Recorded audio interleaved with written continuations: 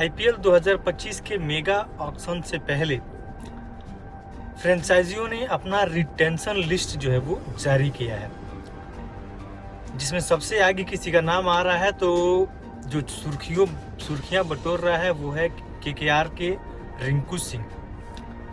वही रिंकू सिंह जिन्होंने 2023 में 5 गेंदों पे 5 छक्का लगाया और 24 में 55 लाख में बिके।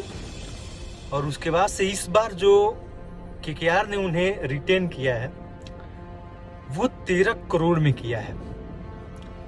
रिंकू सिंह जैसा दमदार प्लेयर जो 5 गेंदों में 5 छक्के लगाए 23 में, उसके बाद से 24 में 55 लाख में बिके और ठीक उसके 1 साल बाद आज जो है ये 13 करोड़ में बिके हैं।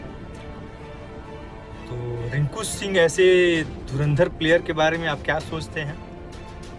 और इनकी जो दिवाली इतनी बड़ी बोनस गिफ्ट मिला है इनको, उसके बारे में आप क्या सोचते हैं?